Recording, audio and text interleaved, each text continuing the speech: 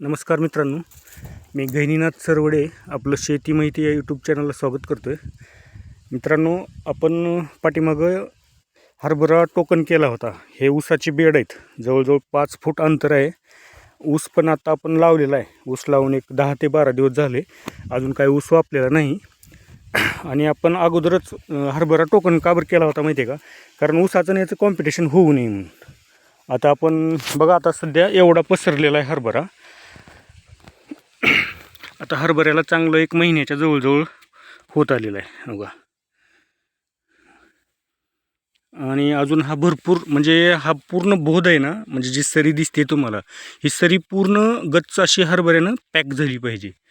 तेव्हाच ह्याला फुलाची धारणा म्हणजे करू द्यायची आहे. म्हणजे हरभऱ्याला आपल्याला कधी फुलधारणा करायची हे आपल्यापाशी पण आहे बरं का. जोपर्यंत हरभरा तुमचा पॅक होत नाही तोपर्यंत त्याला पाणी देत राहा. 1-2 फवारण्या होऊ द्या आणि 20 ते 30 दिवसामध्ये एकदा हरभरा खुडून नक्की घ्या. कारण खुडल्यास जशी फूट होते ना, तशी अशी तेवढी जास्ती होत नाही. हे बघा, आपण खुडलेलं आहे आत्ता 4-5 दिवस झाली खुडून. बघा कशी फूट केली त्यानं.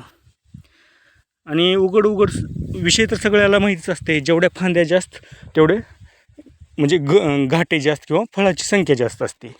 मग आपल्याला जेवढ्या फांद्या जास्त असतील तेवढं चांगलं ना. आणि हरभऱ्याच्या बोधावर असल्यामुळे, आणि एकच काकरी आहे विशेष म्हणजे, आता याला काय होतं, याला भरपूर हवा खेळती राहते, ह्याला म्हणजे पसरायला चान्स भरपूर आहे. आणि एका ठिकाणी 1 बी ते 2 बी एवढंच बी पडलेलं आहे. पण हे असं बघितल्यास तुम्हाला वाटायचं नाही की बाबा भरपूर दाट आहे असं वाटेल.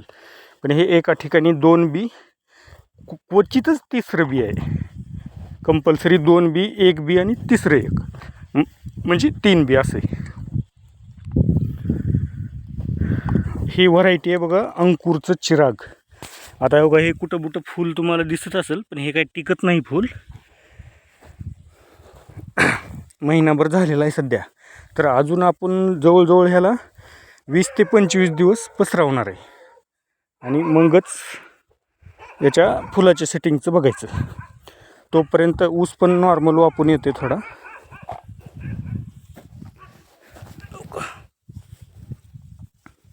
खाली बघा तुम्ही, बघा ही संख्या बघा. बघा, हे तर एकच झाड आहे. बघा, हे पण एकच झाड आहे. बघा वर किती पसरले.